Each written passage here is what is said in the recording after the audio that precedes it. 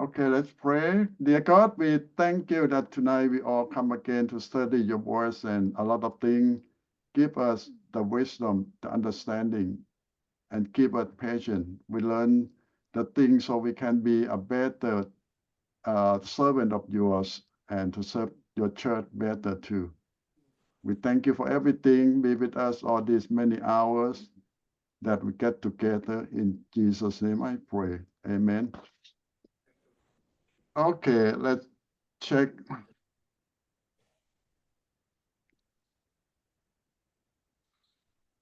Okay, tonight we cover chapter 13. It's about the pastor family, pastor himself, and how to take care of yourself, because you know that a lot of pastors take care of other people and forget about himself and his family.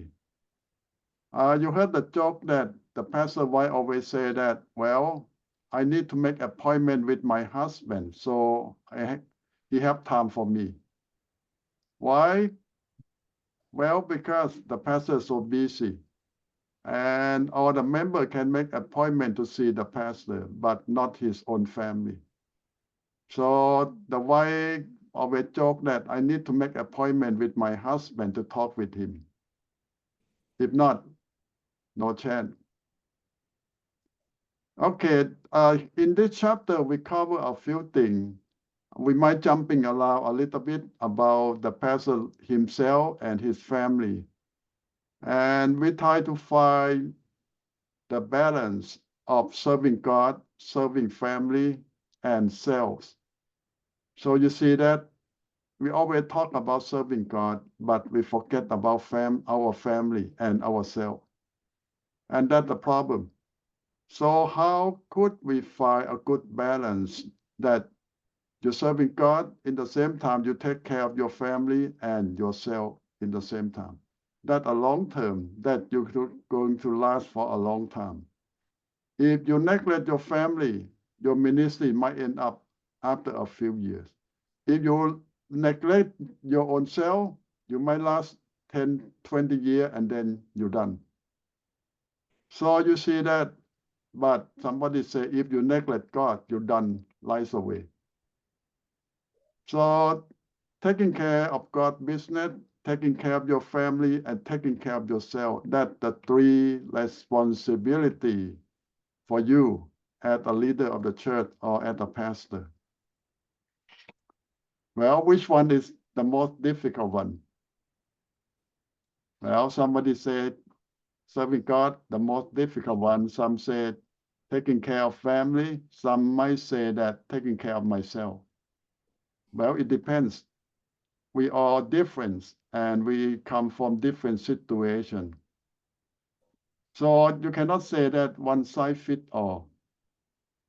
It depends on your situation, your surrounding, your training, your background, and a lot of things. So some people have a good family, mean that they have a good support, good wife who have all the knowledge, all the training, preparation, and all the children who really understanding and well taken care of by a bigger family. So you might have a lot of help to start with. And you yourself might have a good background, good education, good family, and good physical and emotional preparation. So you might get through a lot of difficulty, a lot of difficult time easier than a lot of people.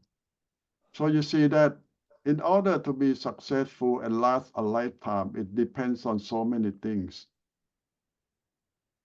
I believe that I told you the number before. 100 students who enter seminary to learn how to be a pastor. About half will graduate. Another half will quit. Of the 100 who start with, 150 will graduate.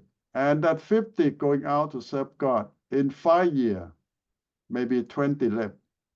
In 10 years, maybe just 10 people left. Start with 100. Now, after 10 years, only 10 people left. And if the time get longer and longer, you have less and less people still in the field. I don't mean that they don't do anything or don't serve God anymore, but they're not going to be pastor anymore. They might help as Sunday school teacher or some other teaching a leader, but most of them will quit being a pastor because a lot of things happen. Well, to serve God is more than just go to seminary to know a lot, but it also depends on your preparation your whole life. If your whole life is not prepared well, you're not going to last long. Why? Because you have to deal with 10 people, 20 people, 50 people, 100 people, and hundreds of problems every week, or thousands of things that you need to deal with. So if you're not prepared well, you're not strong enough, you cannot survive. Or the problem, or the pressure, or the demand will kill you. So more people still feel that, can I survive? Well, it starts with God. We always try to make sure that you know your calling. That's why they try to interview you, try to make sure that you have that call, that God called you to be a pastor, not because you want to. Some people are called by their wife or by their father-in-law or by someone else, not by God. So they're serving God not because of God, but because of some other reason. And that's not going to help them long enough. So make sure that God called you to be a pastor or to enter the ministry. Well, but if you not end up as a pastor or in ministry, it's not too bad. To learn about the Bible, to get training is always good for a believer, that you yourself can help yourself, your family, and help other people. You don't need to be a pastor to serve God or to help other people.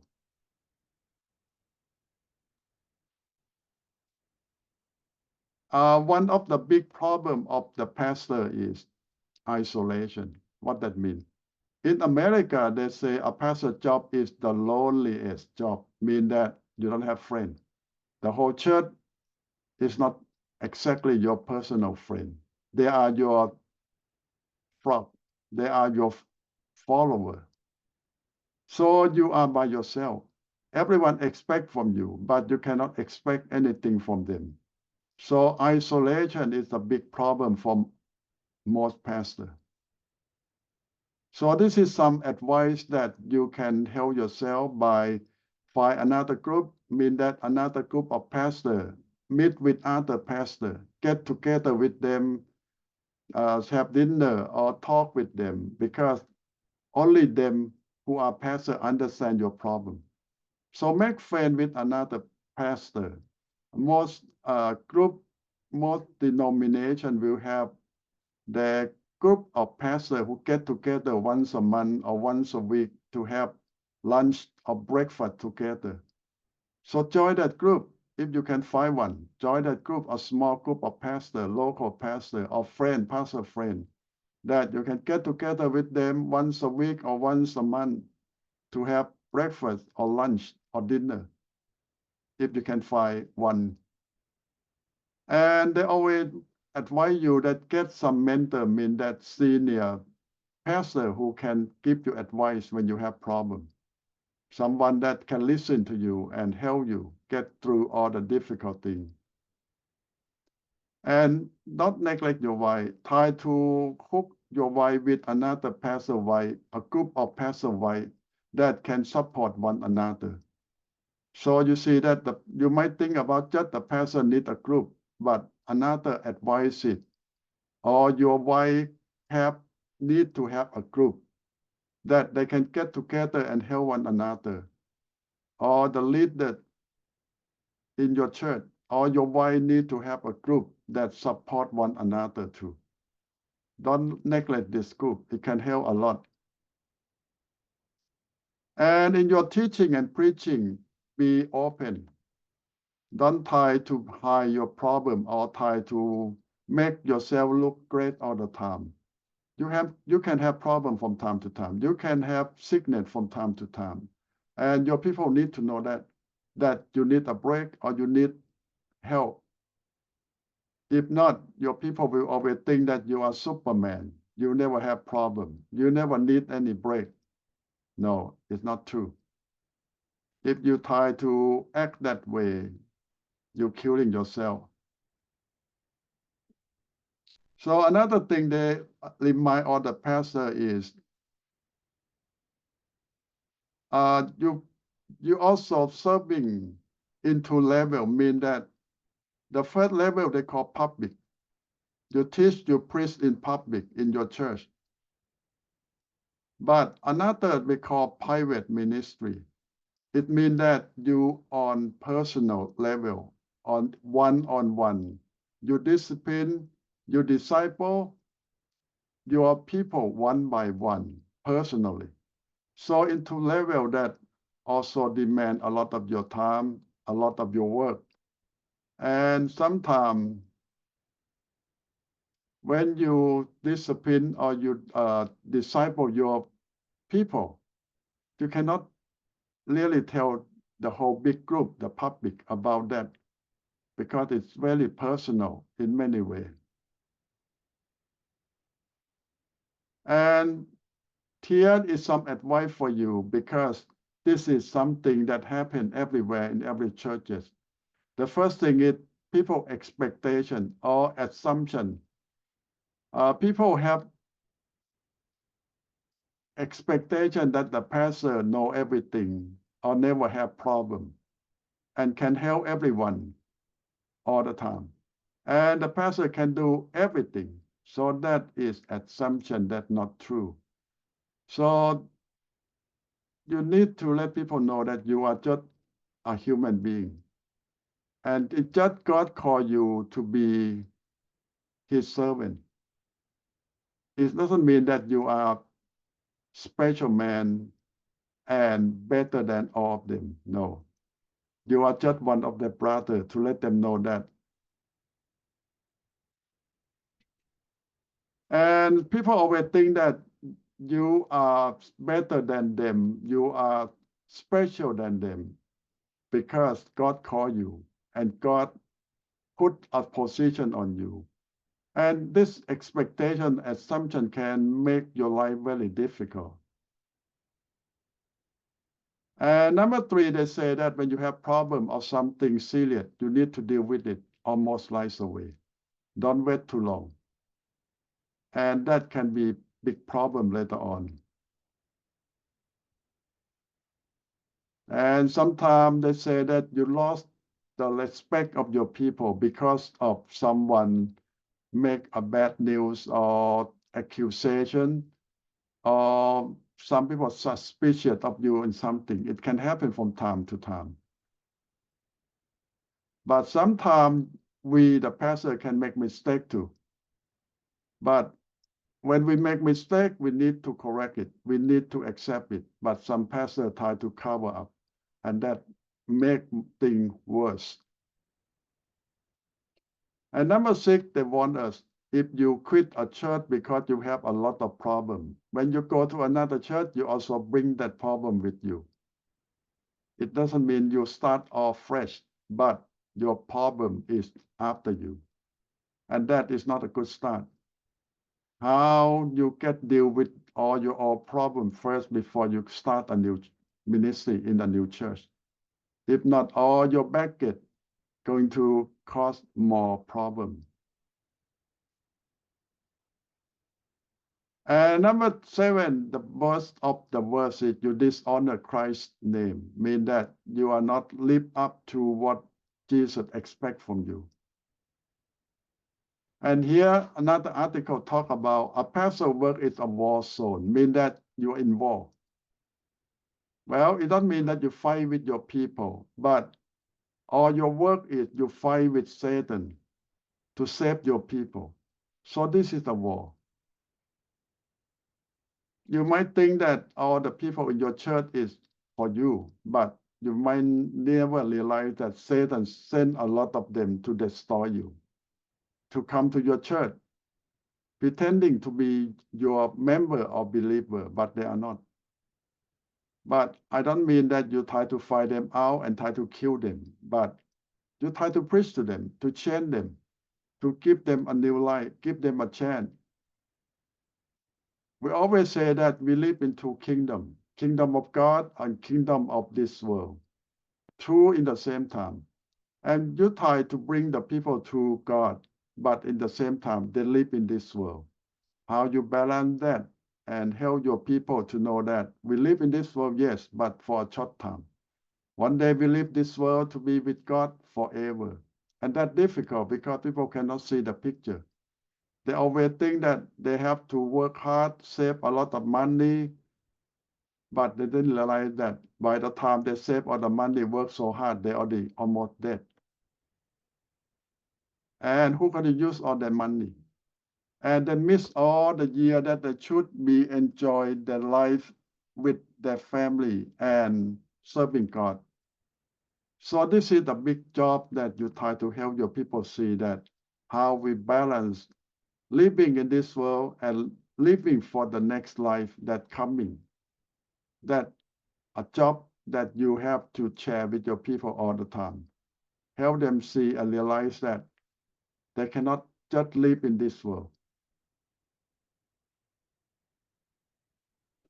Now, some advice about yourself. And this advice, we need to remind ourselves all the time that we need humility, mean that humble all the time. Don't try to show off and pop up. Even people might give you a lot of honor, but always humble. Tenderness means that you treat everyone with politeness and gentleness. I know sometimes some people might not so polite to you or not respect you, but still you need to be gentle to them. Number 3, they say that you need to have passion, mean that you really love what you're doing. You really do your best. And people can see that you enjoy teaching, preaching, serving God, and do all your work with passion. You can see that people who do with passion or just do it because it is their job. It's a big difference. So this is something that you need to tell yourself all the time. Confident. You need to know that God put you there for a purpose. And you have to keep working the best you can. Never doubt it. This is what God wants me to do or not. It is. You need to know for sure. If not, you cannot last long. Discipline is about yourself and other people too, mean that you know what to do and when to stop, and you never quit. You have your routine, you have your discipline on your work every week, every day, all the time. Not say that I'm late, I don't feel I want to teach, or I don't feel I'm ready to preach today. No, you cannot have any excuse on that. Rest. What that mean? Mean that you need to have enough rest physically, emotionally, and spiritually before you come to serve, because you come to the meeting or the service. Find enough rest. Because when you not have enough, you cannot function, you cannot do your job well. And this section, they talk about how you get your hour back, mean that your excitement. When you start serving God, you might start with all the excitement, but now it becomes routine, and people can feel that you get so bored. Everything is so boring for you. You cannot show that. You cannot feel that way. You need to be excited. You need to be passionate with your church, with your work all the time. I don't know, you yourself feel that you get so tired and you don't want to keep working or doing it anymore. Okay, this is some assumption about you, and it's already a lot. It's just about you, your family, and your church. And a lot of things is about you yourself. I just want you to come to think a little bit. What is the main difficult thing that you try to help yourself or make yourself fit as a leader or as a pastor? What that you're lacking? Fear, loss of passion, lost confidence, or anything else? What is the main thing that you think stop you from be your best in serving God? Okay, let me come to you. Let me stop here a little bit. Okay, your reflection and question. I saw Gao, you want to say something? I think the bigger problem is that family, wife. I have a friend that he been preaching, and then his wife wouldn't support him, and they have problems. End up they have to divorce his wife, and then he stopped preaching. So that's one thing I see that about the first questions. How can we serve God and family at the same time? That's first question. So I see that's happened to a friend of mine, and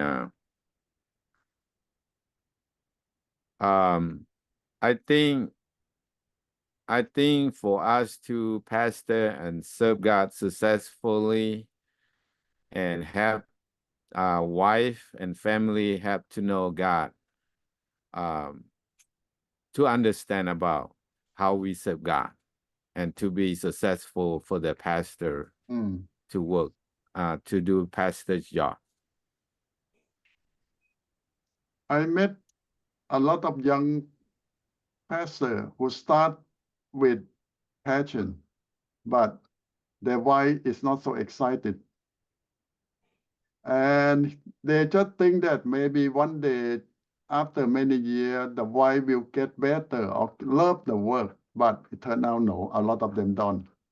They hate more and more, to the point that the pastor need to decide, you want your wife or your church. So that's a sad decision. Sound like the Nicodemus. We have to choose either God or the fame and his family. You mean who? Nicodemus, the one that comes see Jesus. Oh. He had to make that choice. Where you get that idea? Well, he have to decide, right, whether or not that Jesus invite him to join him, right? Jesus Nicodemus in John chapter 3, he just come to ask Jesus how to be born again. And at some point, Jesus inviting him to follow him. I think that a different guy. Different guy? Yeah. I think it's important that it's hard to serve God, especially the people that who marry. Both of them have to be, in order for them to survive, both of them need to be called by God. Because being pastor is very difficult job. One is it's an overwork. Two, it's a very lonely. Three, very little income. And four is people are highly respect of you, but at the same time you have nothing to show when you come back home. Besides if besides if the wife believed that he did in for serving God and serving the will of God. It's very challenging for the pastor to go out there and put up the good faith, smiling face, and strong at heart, and be a pillar of people that can come and counting on him in time of need. At the same time, when he come home, then he being in a position of need himself. Well, I agree with you. And the family, the wife especially, need to be very supportive and know what she get into. I think the wife have to be even stronger faith than the husband, than the pastor itself, for them to able to survive. It take a lot of endurance for wife to hold her tongue. Can I say something? Yes. Yeah. I think like the person come to serve God, to be a pastor and ministry, have to be a God call. And he serve God with all his heart. Doesn't matter what kind of problem and he facing, and he's still happy and doing his job. What you say is so true, but we are human. We are human. We have to still need to balance between work and family. To be pastor and forsake the family is not a good pastor. To neglect the wife and children is not a good pastor. Doesn't matter how much you love and serve God. Can I say something? Yes, sure. I'm sorry. When we look at the apostle, the disciple, what do we think about them? Because I don't see a lot of wife serving God with them. Early on in the training with Jesus, you don't see much of the family.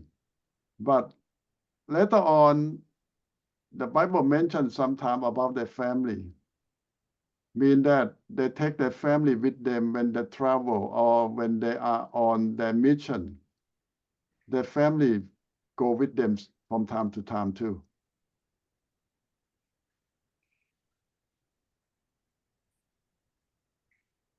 I get. Yes, Tanya. Can a young pastor serve as a pastor without the wife coming to church at all? What happened to her? They support, like financially supporting. Well, I have seen some situation that way, but that unique in that is not happen all the time. I met a couple who are minister, both of them ordained, wife and husband, graduate from seminary and serving in different churches. So that a situation that very weird. Wife also pastor a church, husband pastor a church. You ever seen that?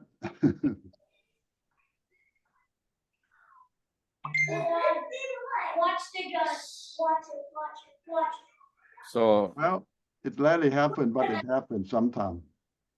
yeah, so Anna, let me talk to about the Kamsai. He talking about the disciple of Jesus, and we can see when he called he disciple, and then he left.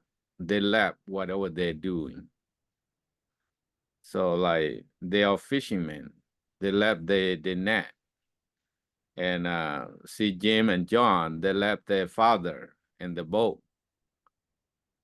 So it's kind of hard for us to leave our family to go serve God. So this time we have big problem right now. So Okay, I want you to see another perspective.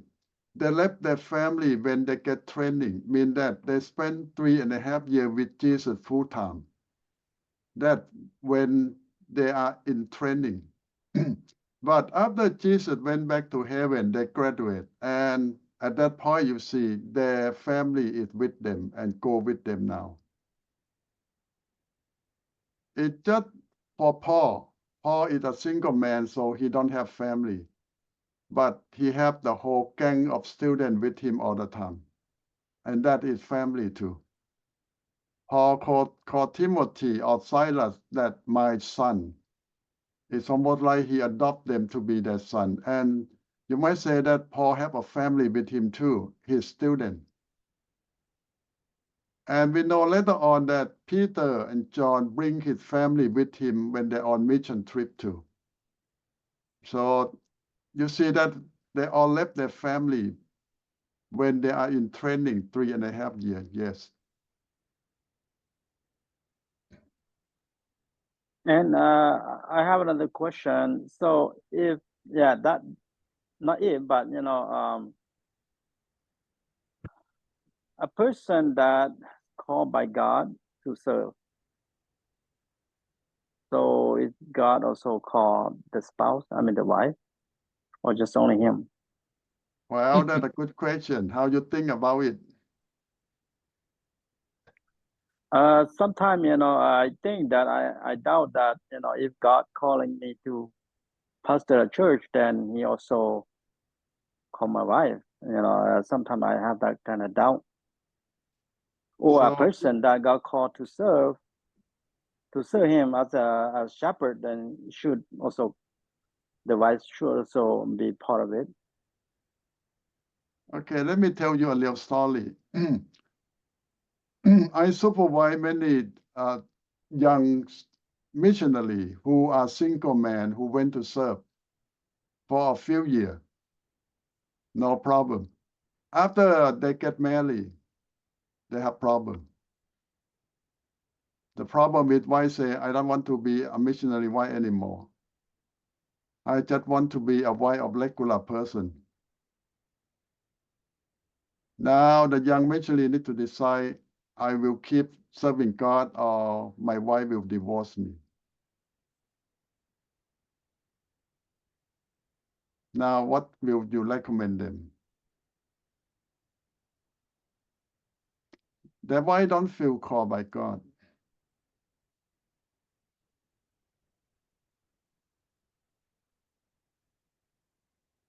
So what you can make out of that? Yeah, Nathan. Maybe the wife see the true color, maybe, Ajahn.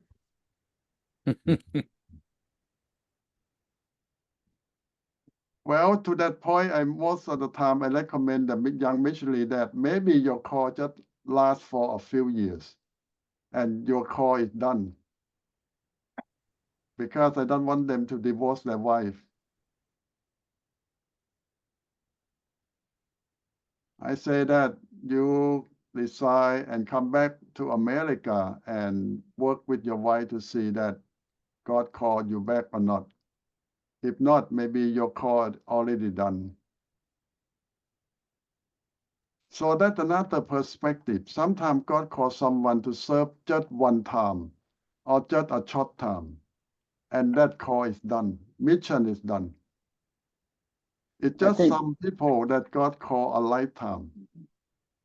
Yeah, I think that's good for somebody that got called for a short time. And I think I read the story about Hudson Tyler when he planned to go on a mission to inland China back in the 1800s. I think that he has I don't remember correctly, I think he has a wife, he has a girlfriend that they're about to marry, but he decided to, because she doesn't want to go with him, and he decided to just leave her and go on, I think. Yeah, for that kind of calling for Hudson Taylor, he know that his call is a lifetime. So his wife need to support him her whole life. If the girl is not ready, maybe she's not the one. อาจารย์ครับ Yeah. I think society have to do with a lot too, because people who grow in this Western society is individualism and also equal. The way they're being taught is men and women are equal, but never been taught that yes, it is true in the sight of God that men and women are equal, except that we serve in different tasks in life. And also our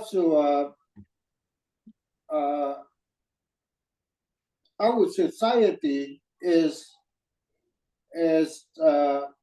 doesn't train men to be head of the household, and also doesn't train women to be supported to her husband, because they're trained to be individualism, and that make it very hard for to become wife of the pastor. It doesn't happen naturally because of the way teaching in the people in the Jesus time. Why have no, they as soon as they're born, they know their position, they know where they belong. The society keep them humble.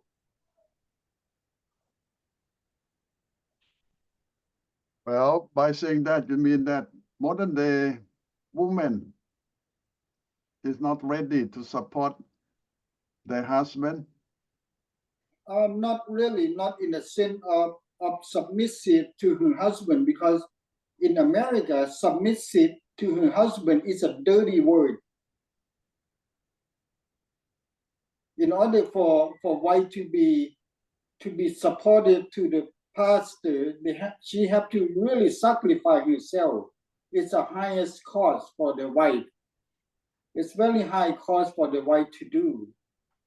Even though she is not a pastor herself, but she have to sacrifice more than her husband actually. Well, it's true in many ways. Okay, Because for the husband, he get a respect and he get all sort of things that people think that he get, but the wife is always need to be humble all the time. She really have to be the one that really sacrifice more than the husband himself. Gao, you have something to say?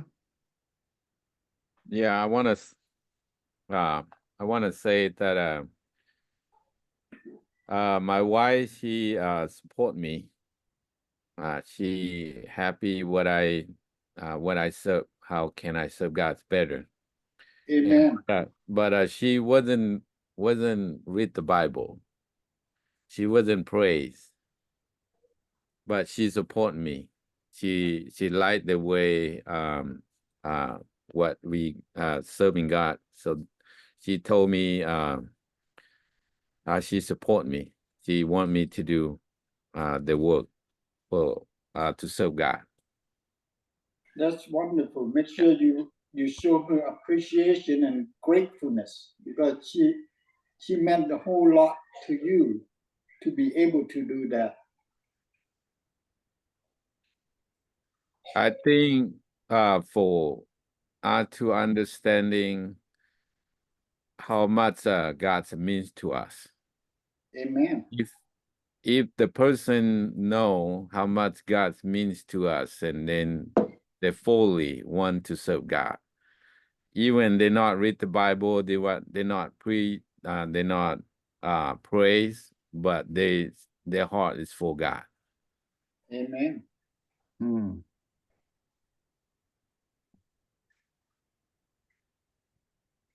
Well,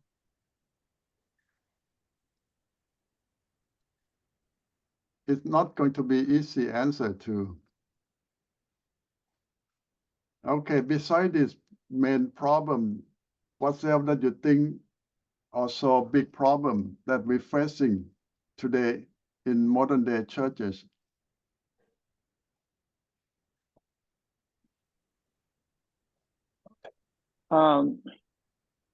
I Ajahn, I think earlier the question you asked is about serving God, but that serving God is in general. So are we talking about pastoring a church or just in general serving God in general?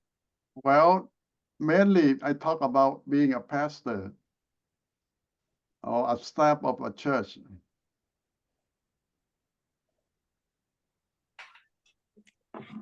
Okay.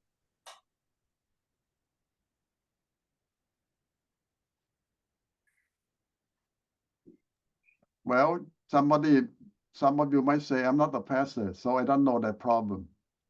Well, you can imagine if you were a pastor, all these things will happen to you. Can I say something? Yes, son.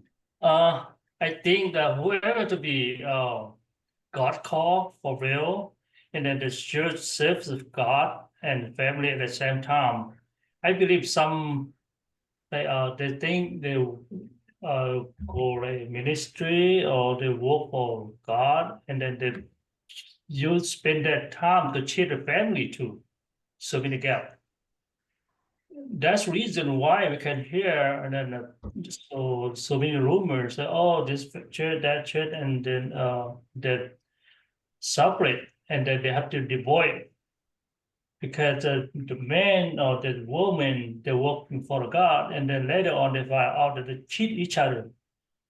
So I don't think that's a real God's apostle to be like that. At the same time, they should serve God and his family also. Yeah, that's what I think. Kind of hard. It's hard. For the why you only spend time with God and then family get sick at home, you don't have no time to spend time with family. Families are more important too.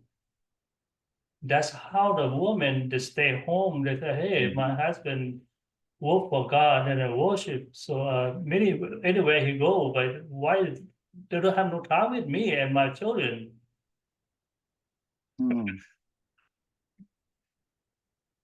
Well, for many of us, it feels like family is the main problem, the main issue that we're concerned. That one part. I want you to think a little bit about yourself now.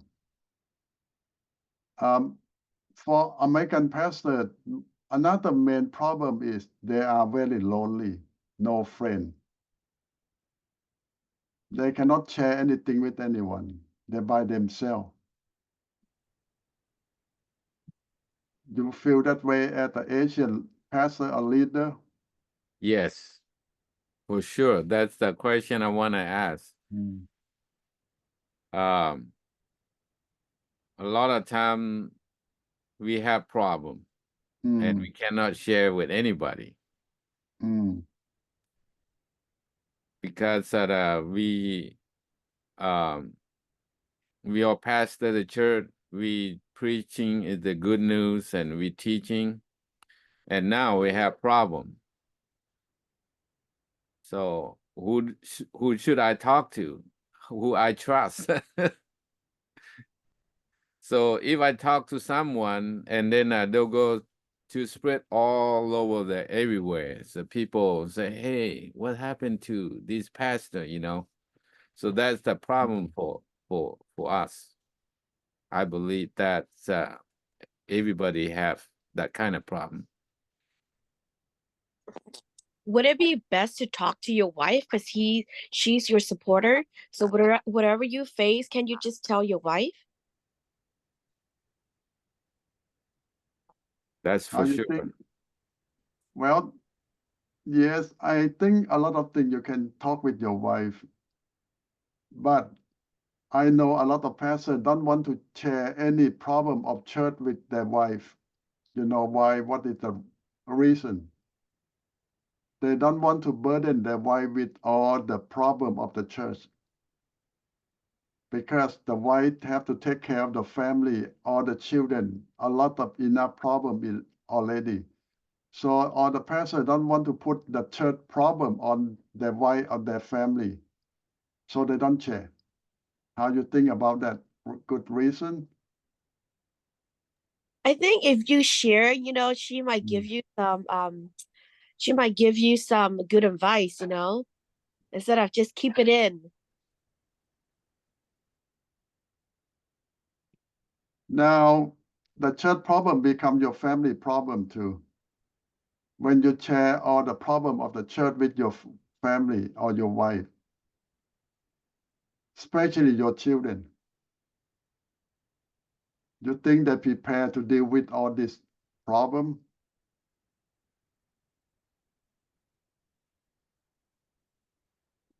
Or should you bring the church problem into your family?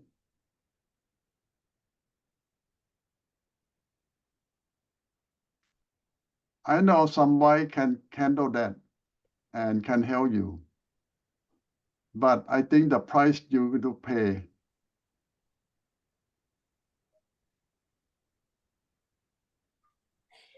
I don't know how you think. I know how Pastor feel, because just like me, I'm here at work with all these families surrounding me, but I cannot be their friends because for some reason have to keep that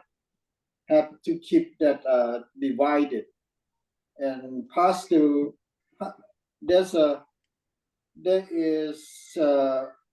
it's like a lawyer.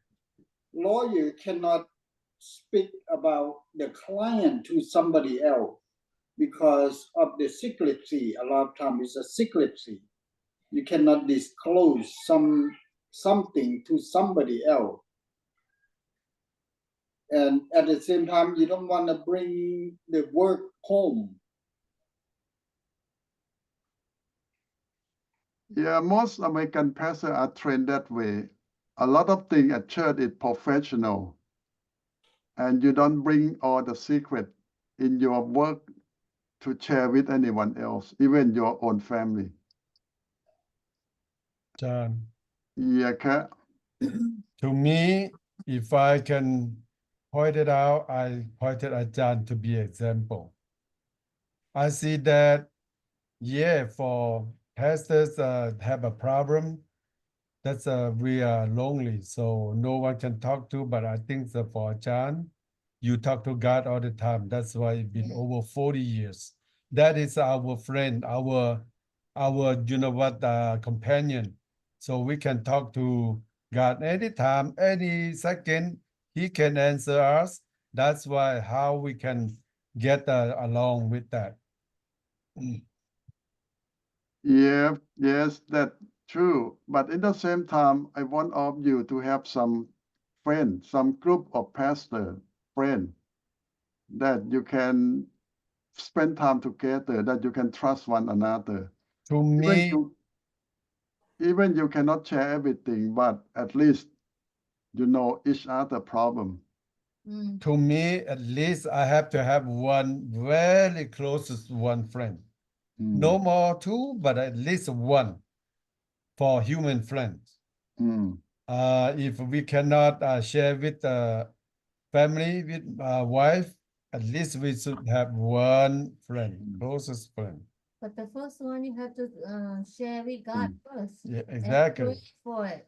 And then God is going to send one the honest friend to you, right? So keep praying. Now we have a dead end now, John. Now we get an idea from you now. Well, you can start with this group of friends. Gao? So I heard that John talking about the pastor try to hide the problem. So I see that. So we see a lot of, I know some pastor, they have issue, but they just hide it. They don't want to talk about it. So that's good or not? That's good or no good? Most of the time, it's not good. Well, it's good only when you protect some young believer or young people. but most of the time it's going to hurt you and hurt everyone later on. You need to deal with that. Ajahn, that's one of the reason why we needed to have a friend, and our church in Ajahn Pun church used to be, we have 3 church come together before, so that way we can meet once a month. So basically, pastor and staff, you pray for one another, pray for each other, and discuss. Sometimes the problem cannot share among the church member, but we can share in our pastor meetings and things like that, and share and pray for one another. Once a month we do that for the decades since we started for many years ago. We still continue doing that. It really helpful. Yeah. It help? Yes.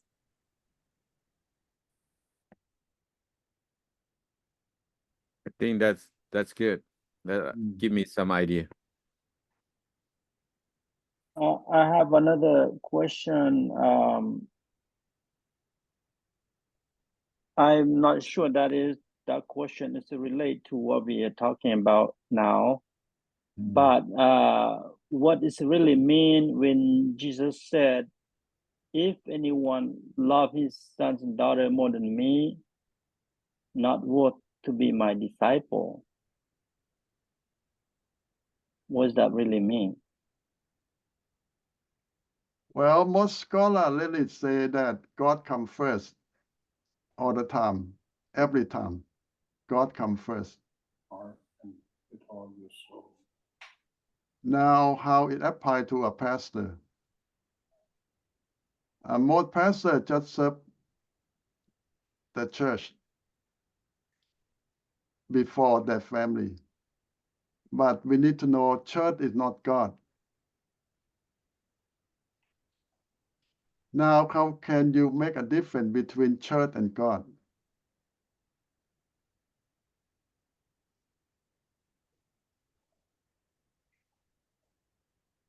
Most people always think that when you serve church, it means you serve God.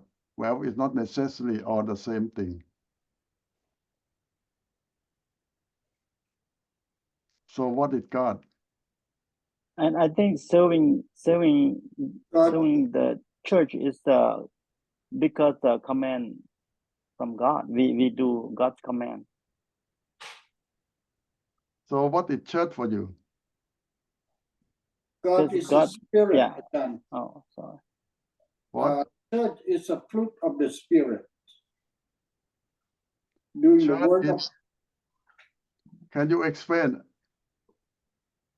God is a spirit who lives in us, and the work of the church is a fruit of that spirit. When we work for church, we multiply the fruit of the spirit. And if church is God? Church is not God itself. Church is the work of God to do God's work, but not God himself. So when we say God first, what that mean? When you say God first, that means to be obedient to God. It doesn't always mean serving church either, because God is love. What is love? And sometimes in a family, to the wife, it have to express love to the wife and love to the people. But church can come and go. But the love remain. God is love. Did Jesus said, in love, we are in God. Yeah. Did Jesus said to Peter, if you love me, you love my sheep? And when we love, that means we serve, right? Or we just love in the heart without serving or without any action. Okay. What Jesus tell Peter, if you love me more than all these things, you will serve me. You will take care of my flock. You will take care of my sheep. But is not equal to love God. You see that the whole point is, if you love God, you will do a lot of things for God. But those things is not God, and those things not equal God. It's like you love your mom, so you do a lot of things for her, but those things not equal your mom anyway. Will never equal your mom. So when Jesus said, Peter, if you love me more than anything else, you will serve me. You will take care of my flock. But those things will not equal God.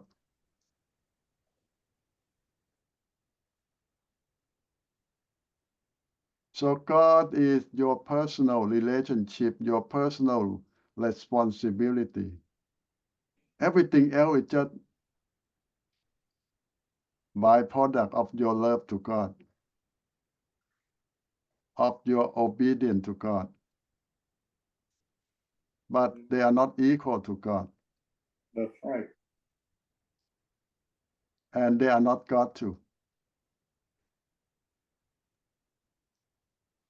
Yeah, Cal. I really want to know, what does that mean, God first?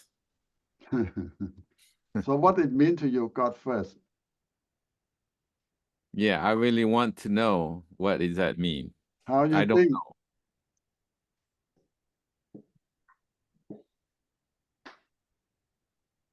For you now, what is first? How about Nathan? Want to say something? Ajahn, so what I understand is love God is God comes first. That means we believe in Him, trust in Him, pray, talk to Him. But according to action, doesn't matter how much we do, it's not the love of God. Is it right? Well, the Bible defines your relationship with God is the first priority. A lot of people think that go to church, give tithe, and doing a lot of work equal to love God, but they miss the point of personal relationship with God. But today I read Deuteronomy 30. It really talk about faith, about love God, about obedience. It's very important. I think we ought to, all of us ought to read that. It really explains about this, what the subject we talk about right now a lot. Well, you look at all the champion, all the giant of faith in the Bible, Abraham, Moses, and all the hero. But it come to the point that David become the best, the champion. Even he not perfect. He make a lot of mistake. But why David still become the best? Because among David is kind of like a flirting with God, Ajahn. He is a very sweet and he is very flirty. He talk a lot. He kind of almost like a dating with the Lord in the sin. You think that means some way close to put God first? Well, we know not all the time, but amongst all other believers, they will come out on top. So what makes him so special? What That they confess, say? confess and repent, and He confessed a lot. He confessed to the Lord a lot, and he's honoring God a lot.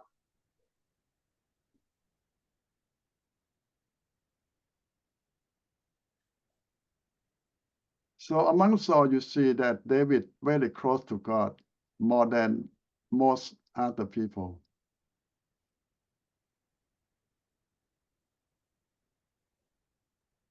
Can it have to do with because he is a musician and he is very emotional? His personality is almost like a woman. It's very verbally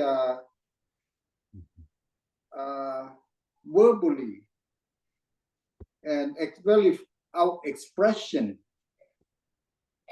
You mean that most men will never go that close? Well, most men we don't express feeling as much as David. David, he is really expressing his feeling because I think one is he's musician.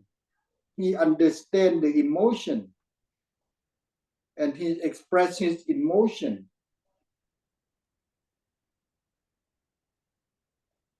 Just like women, look at the church. Most of the church are more women than men because woman is emotional and that's how they have a more relationship with God, the closer relationship to God than men. Well, I think men can do something. How men born with friend? How men get close friend? A different way. When you're growing up as a man, how you bonding with your friend, your close friend, your best friend? How you do it? Men don't talk much since we're young, but we still have some close friend or best friend.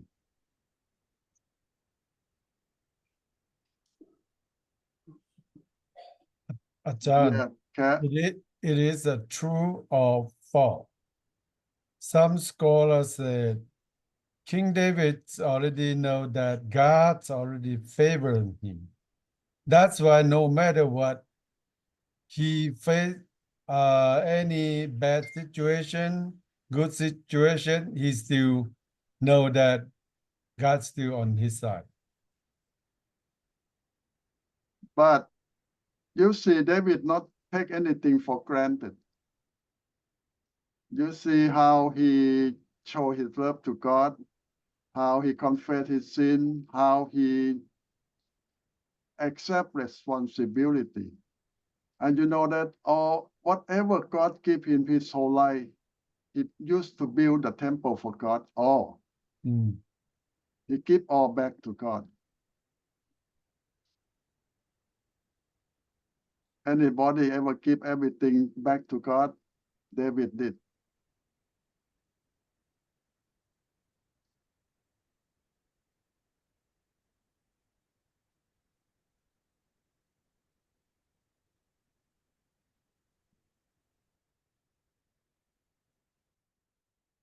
Well, we just to show us that man not perfect. We also make mistake, but we still can do something.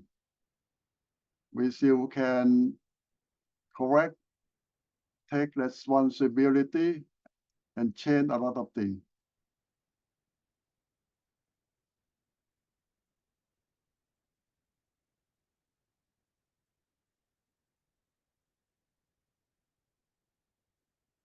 Okay, so I will give you a break and we're going to come back to finish the lecture. And so nobody present anything on the Pastoral Ministry today? Not today, huh? Okay, I will give you about 10-minute break and we come back.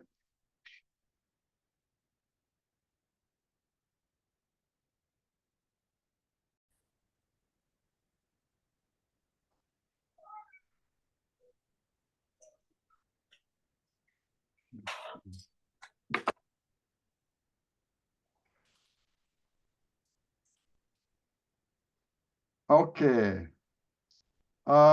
We talk about some fear that a lot of pastors have and stop him from doing a lot of things for God. What fear, kind of fear? Fear of myself, fear of others, fear of circumstances, fear of the future. Well, for some of you might not be the problem, but for a lot of American pastors, this is their fear. They worry about the future, what will happen to their church, what will happen to their family, a lot of things that not so sure. And they worry about a lot of situation in church that going on all the time and keep them in fear. And some even fear about themselves. What that mean? Mean that they feel that they are not good enough, they are not prepared, they are not ready, and they don't think that they can do the job. After is so many about leadership, about committee, about a lot of things. So how we get rid of fear? In the Bible say that love, true love have no fear. So we need to go back to God and feel that love again. First love. Love God and know that God loves you. Go back there and that will help a lot of you to get back on your feet to do a lot of work. Well, they have some step here. They say that you have to go back to God in a step. Humble your own fear.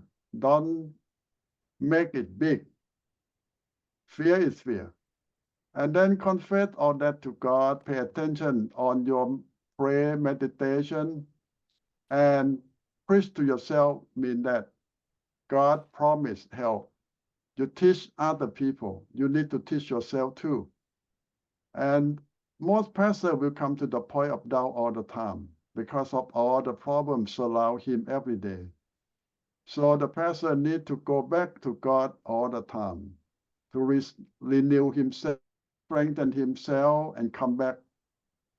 You know that Satan knows that if he can destroy the pastor, the whole church gone.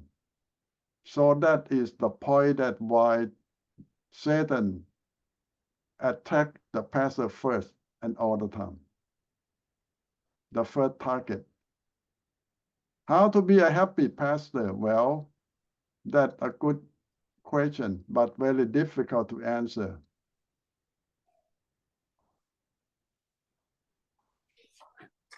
Well, you will never be happy if you are the one who driven by resolve. Mean that you have a big hope, you have a big plan, and you always want to fulfill that plan. If that's the case, you have a lot of problems. And you live on other people's expectation.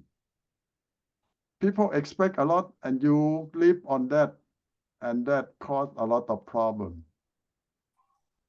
And a lot of pastors have personal issue, private or family or something else that he cannot talk and don't want to share. And another point is, well, we can sum up that they don't trust the power of God enough.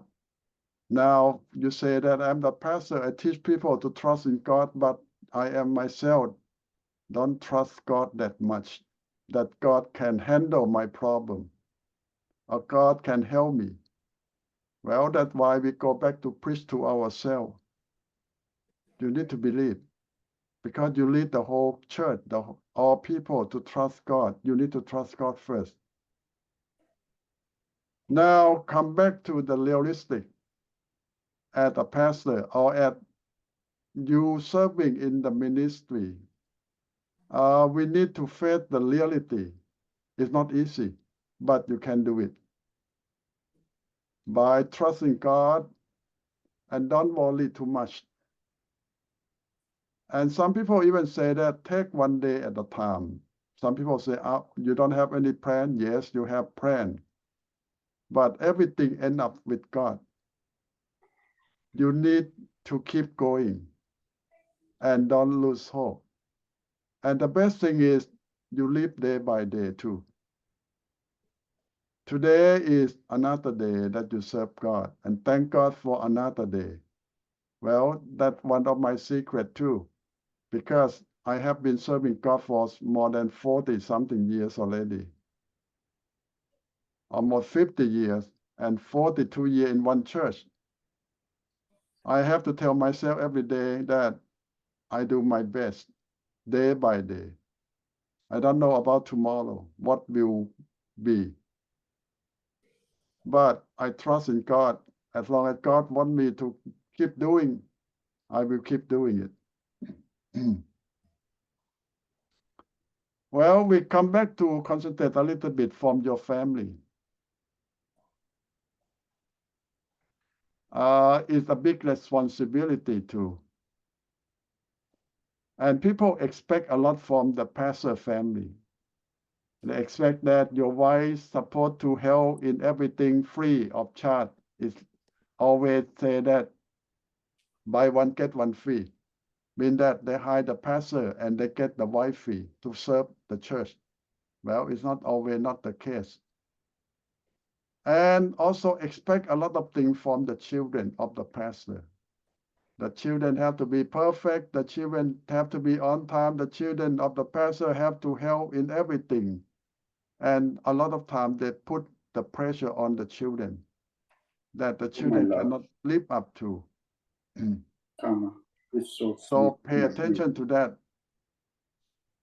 Karma, my heart is swollen. We see a lot of things here. How you go back to help your family before they are broken. I put some statistic here. It's not a very happy one because in America, most of pastor children quit going to church after they leave home for college. They never come back home, never go back to church. And that is a sad number. A lot of pastor kids don't go to church anymore.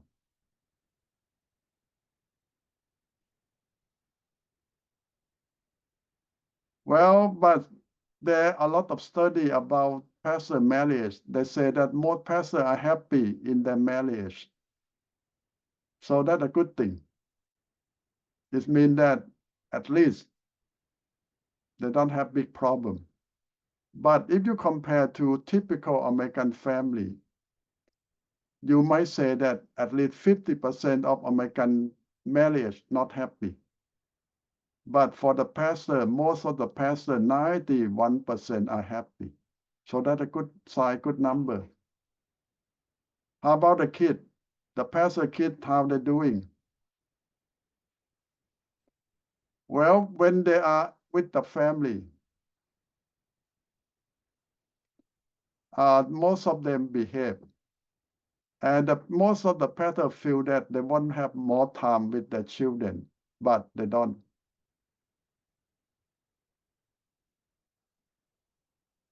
Because most pastors accept that they don't have enough time for their family. And even some pastors, while the children still at home, they say that at least 7% of the pastors say that their kid reject God, don't accept Jesus. Even they're still young at home, 7% of them say that. But after they leave home at 18, the number come up to 75%. So that is a big number. So how you help your family? Well, they say you need to start young, start early. Since you get married, you need to spend time with your wife for what? Pray every day together. And spend some time study Bible together. You need to start early, even before you have children. When you have children, you need to have family time, mean that at least you need to have dinner together every day and spend time to pray together as a family. You need to start that and don't let anyone stop that. When people call you, you have to tell them to wait because this is your family time to spend with your wife, your children, to pray, to study some Bible and talk about their life. So this is a weekly thing that you need to keep doing it. So you lead your family first before you lead your church, and your children will know that our family will spend time together to worship God every day, at least pray together, have dinner together every day. And here they even say that family come before church. It doesn't mean the church not important. The church important, but you take good care of your family, and then you take good care of your church. Family time is important, and you need to find some time for your children activity, school activity. I know it's very difficult, but you have to do it. Make time for them. Make appointment with them to spend time with them. And you let your people to know that they cannot just pop up to your family all the time without telling. And your family have a certain limit that they can bother you at a certain time or not. And here, the last point that I want to emphasize to you is taking care of yourself. You as the pastor or leader, you need to have hobby, time that do something else. Most pastors work 80 hours a week. That's a lot. But you need to find something to do for fun and some exercise. Physical health is important. If it's not taken good care of, you cannot last very long. And off mean that you need vacation every year. It's always good every few months you take a short vacation with your family or with your wife when your kid already off for college or with their own family. The two of you need time off. It's always better than have a long vacation to have a short one, but often.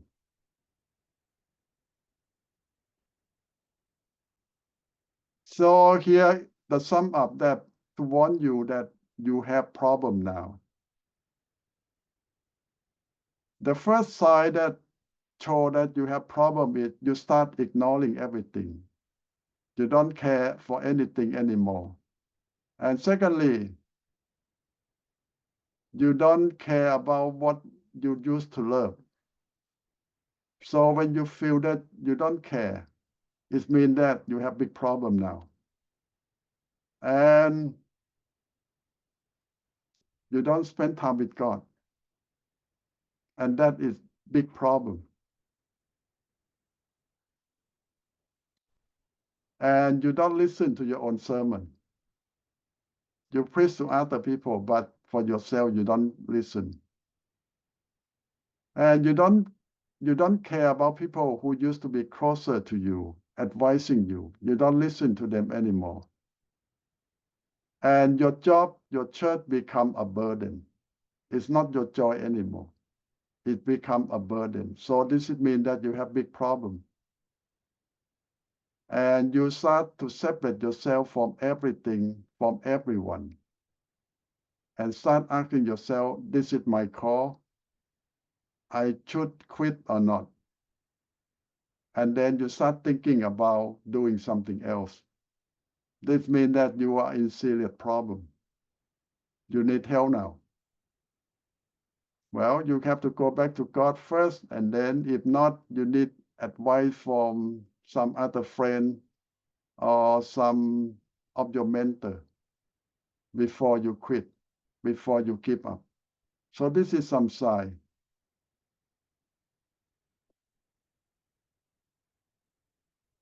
And this is more sign that they sum up here about you when you have big problem about your ministry and yourself, mean that you don't care about other person, you live away from God, and you live away from all your people. You get away and you don't care. And you don't have more any passion for what you're doing. And this means that you are in serious problem. You need help. Okay. Now we sum up everything in not in detail, but just to show you that if you don't be careful, you will come to that point one day. But you need to do something before it's too late.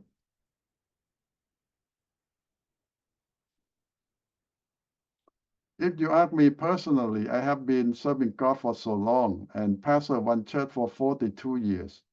I ever come to that point? The answer is yes. But I always have to go back to God and check myself and start coming back and start all over again with God.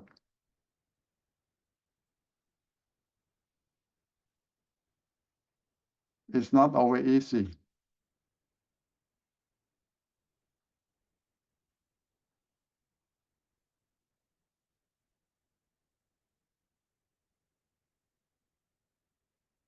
If you ask me, ever thinking of stop serving God, the answer is no. But to ask me that I ever thinking of moving away, yes. But God confirmed to me, He want me to be here. Keep doing what I'm doing.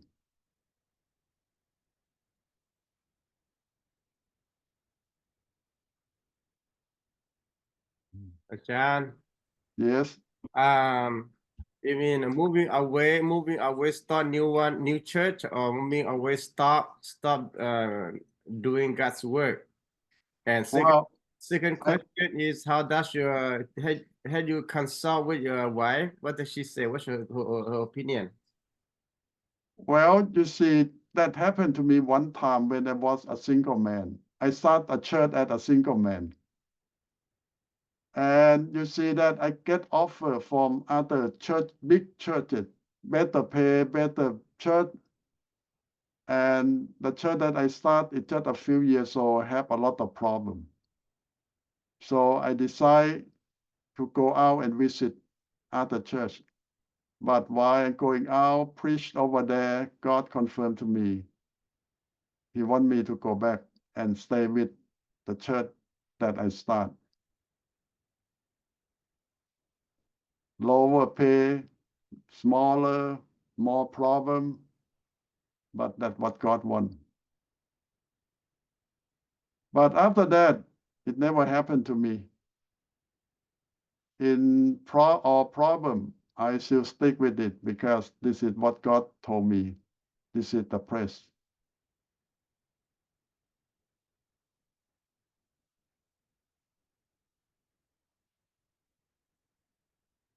And it doesn't mean that it's all smooth. We're going up, we're going down. It happens in cycle.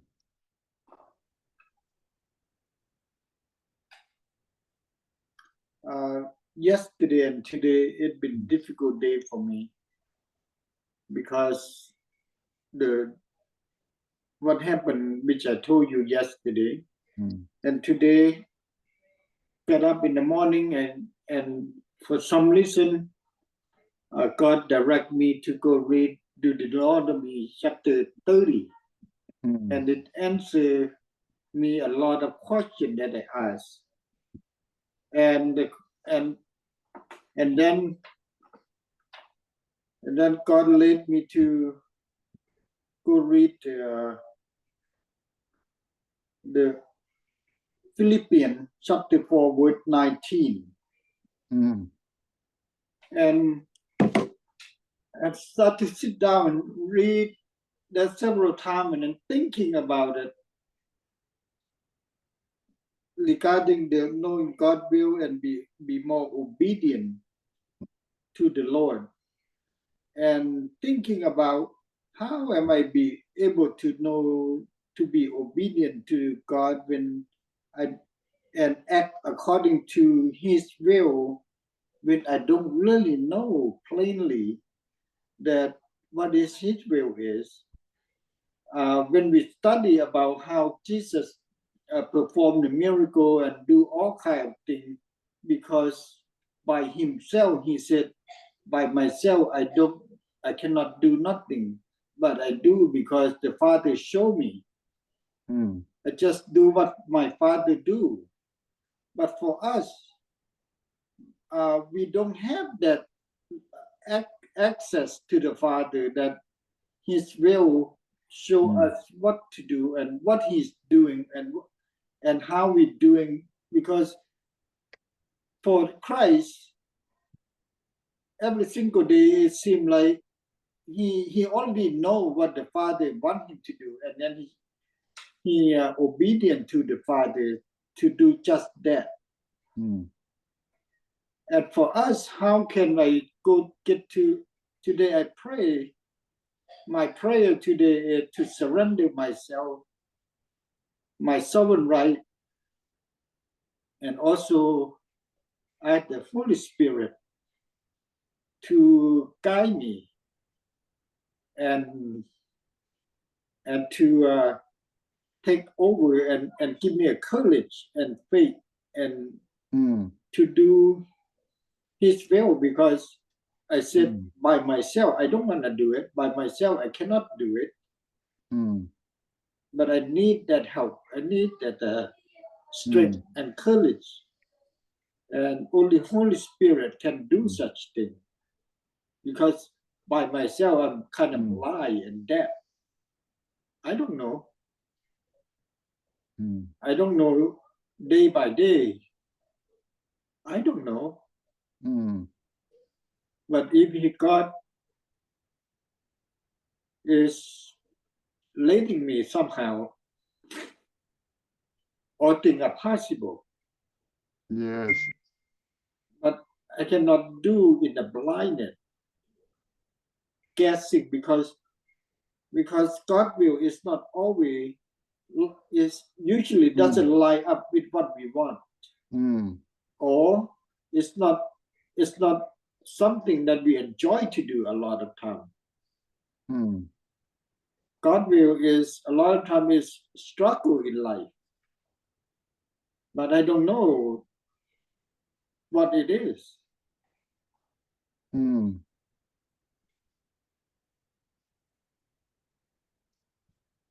Well, sometimes we just have to hang in there. So time will come and things will be clear. So while you're waiting, it's difficult. According to His word, if we obedient to God, life can be so wonderful, Yeah. so rewarding. Yeah. Like David said that sometimes we walk through the valley of death, but God is with us.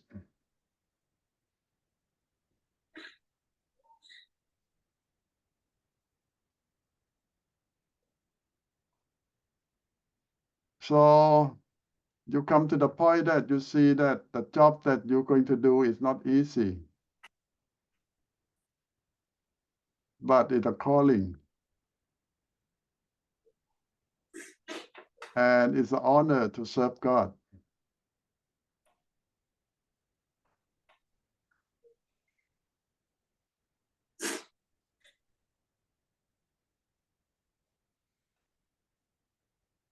Well, one day, I believe that some of you are going to end up as a pastor, but a lot of you are going to be church leader of some position, elder, deacon, Sunday school teacher, or minister of music, minister of education, or whatever. You're still serving God as a leader. And you still have to face a lot of decision, a lot of trial. But God is faithful. And you have to keep working, doing what God called you to do until the end.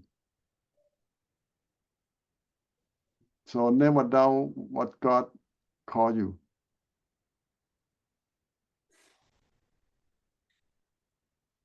So doubt, fear, hopelessness is always come. But by faith, by love, by hope, you can overcome them. It's just don't give up. And as I say that you need friend, good friend. You can start from here. Some of your classmates might be good friend for you.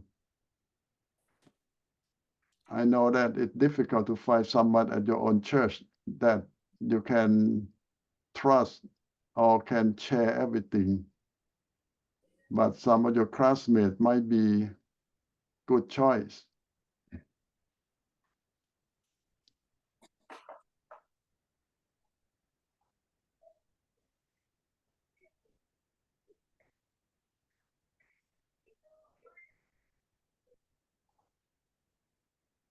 Okay, you have any comment or question?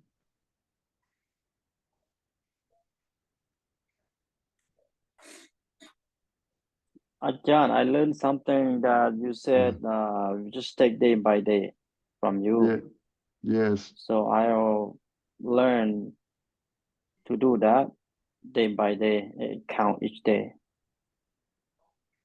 Yeah, I used to have a lot of plan for the future, but to the point that, well, day by day, by the grace of God, I do my best. Yeah, also I learned a little bit earlier the question we asked, but I just come to have something in my mind that, for instance, in order for us to serve others, we need to be sure that we able to. I would say we pretty much help ourselves first. So if we don't, then we're not gonna able to help others. So to love God, to love others, we first need to love God, and then because the product of loving God is the answer of loving others. I don't know if I say it correctly, but something like that. Yeah, it go around. It just have to start somewhere. Yeah, like some people say, in order for us to have the power to do something, we need to stay close to the power. Yes. And that power is God. And that love is God. Yeah. There is not much secret about how you're going to last a long time. It's just you trust in God that He's faithful and hang in there.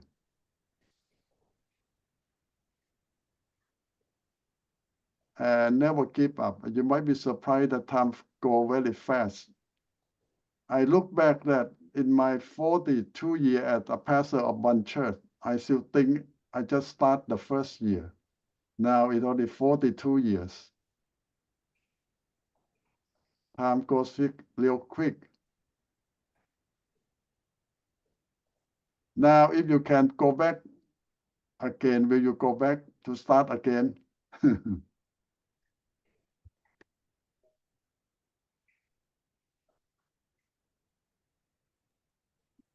Sometimes we think that way, but I think that, God knows, and some difficulty that we learn in our past, it's help us and to shape us the way we are today.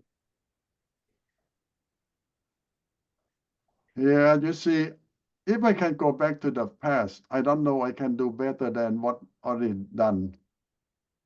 Because it's all the grace of God. It's not about me. A lot of people think that if I can go back to the past, I can do better things. But not for me. I don't think so.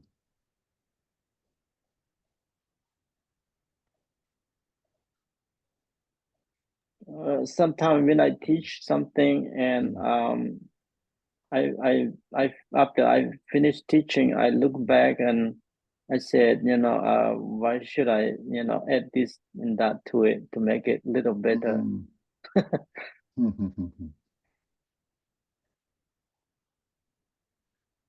Well, at different time, at the moment, what you did might be the best already. Ajahn, when I look back, Mm. there's a lot of like, for instance, I was use one guitar instrument to play, leading the worship song. I didn't even know how to play guitar, but I look back, wow, I think I look back, I play guitar better back then than I was right now. And now it's kind of like I kind of lost it all. I didn't play guitar no more. I just play pin, you know, and then just using a melody and all the stuff. I look back.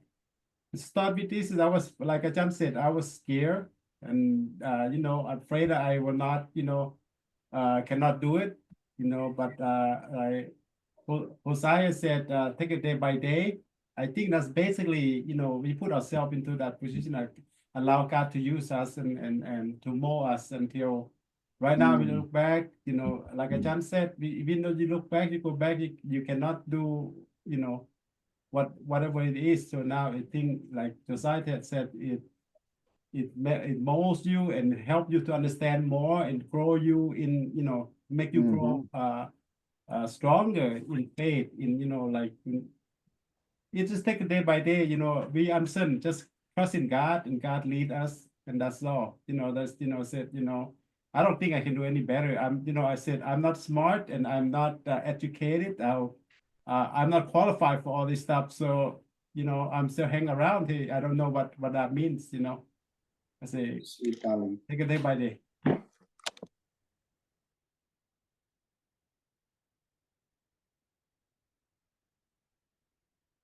Okay, out of all the things that we learned tonight, what scared you the most?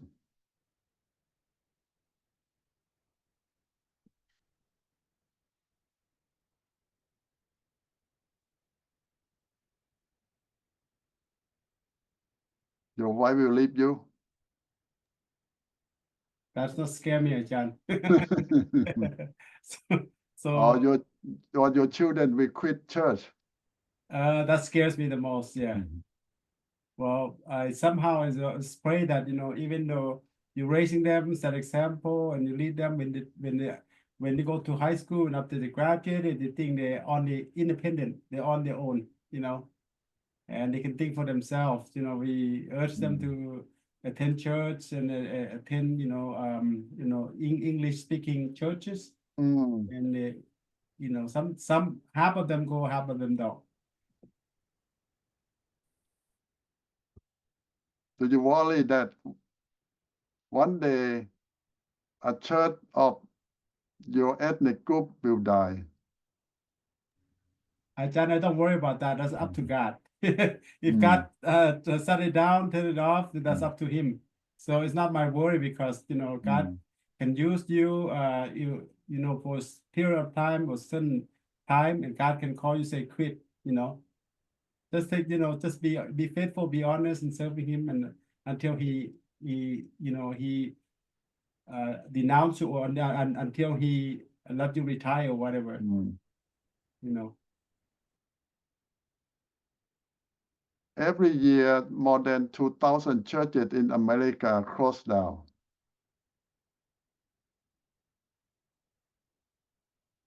Some even say now it's even more, 4,000 churches.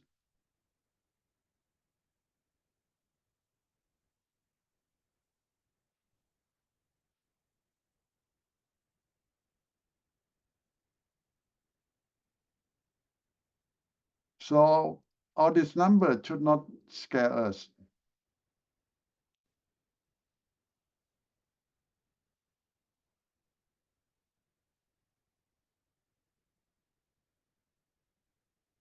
Why? Because it's been 2,000 years. That's God's, you know, way. All the time is still same thing. You never go expire. Sometimes just only a few years is going back again. I think the scripture, the Bible already warned us that near the end, but there were not many believers.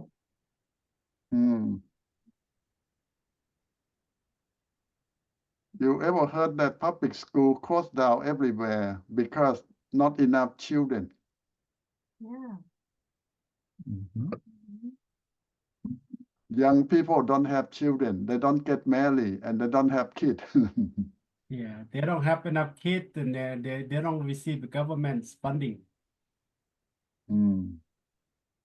So school closing down everywhere.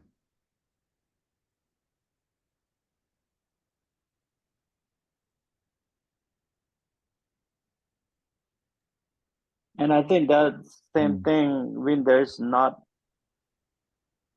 many more children of God, then also God's church closed. Yes.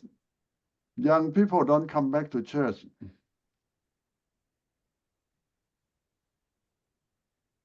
So more churches end up with old people. So everything needs revival.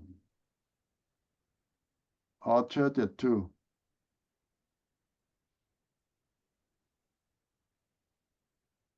Well, I share all this number with you not to scare you, but just to let you know that we're facing a lot of difficult time, but we're still doing what we can do, the best we can, and serving God faithfully until the end.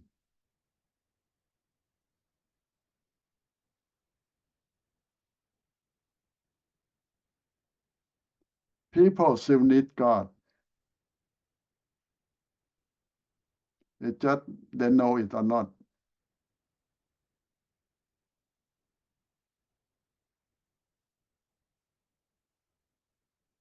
So our job is to remind them that they need God.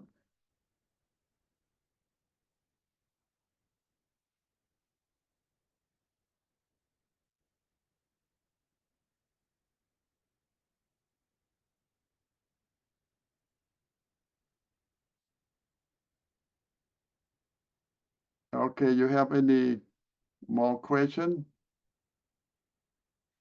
So for this class, next week, we're going to wrap up. Chapter 14 is mostly about evaluation, and 15 is about the faith and message of the Southern Baptist that we add on. We're not going to study that because that chapter will take the whole semester alone. But we just add it for you to use it as reference.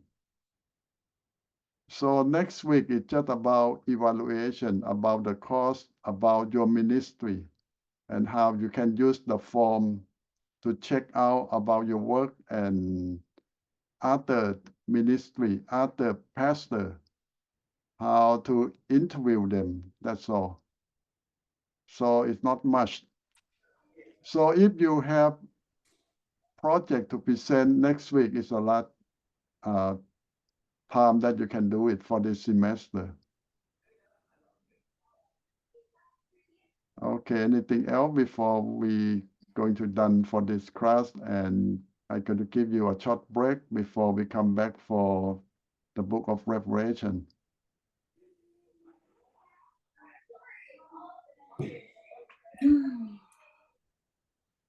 Okay.